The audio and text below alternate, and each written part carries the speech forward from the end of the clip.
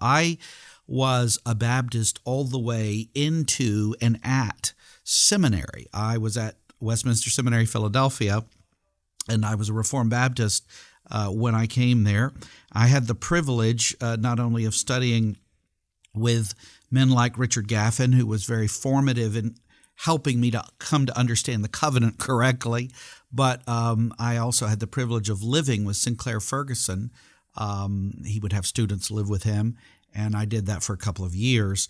And so there was this ongoing dialogue we were having, and I had been reading all of the standard sorts of things that you read about the subject, but I remember vividly being in his kitchen once, and we had been discussing this, and he was discussing Peter's great statement there, that the promise is to you and to your children and to all who are afar off, as many as the Lord our God shall call.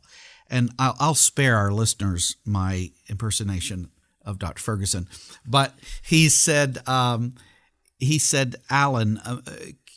is it conceivable that God gave this promise of old to him and to his people? And we sort of then talked about, isn't it the case that wherever God gave promise, and promise was always something that accompanied covenant.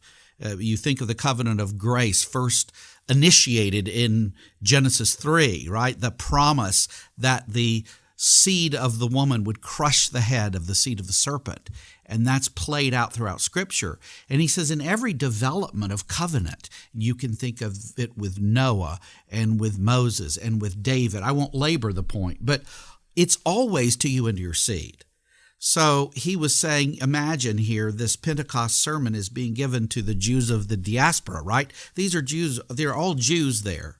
And so when Peter says the promise is to you and to your children, you could almost imagine one wife turning to her husband and saying, so what's new about this? I mean, it's always been this way. The promise has always been to us and our children. Oh, wait, here's something additional.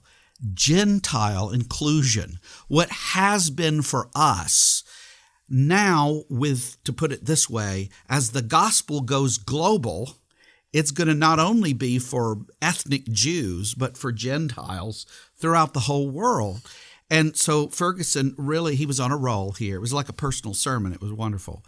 And he was emphasizing, can you imagine then, though somehow from a Baptistic frame, that this gospel is going to go to the world. But now promise is very different. It's radically individuated and is just to every man for himself. It had been for the Jews, to you and your children. It will not continue to be that. Now in the new covenant, we have lost something very significant that we had in the old, the whole way that God would deal typically in families and not just with individuals. Certainly he deals with individuals, and certainly salvation is a head-for-head thing. We understand that, and yet there's this graciousness that comes because our family is distinguished from the world. And baptism distinguishes us from the world. We're not merely a part of the world. And so we had that, and he really talks about it at his best. And he says, think of this. You had covenant in the Older Testament going along at 30 or 40 miles per hour. And now Peter is announcing it's going to take off to 100 miles per hour. You know, what Israel has had is now going to be had by the church, not by, if I may say this to any concerned friends, by way of replacement, but by way of fulfillment. We have a fulfillment here of all that was ever promised.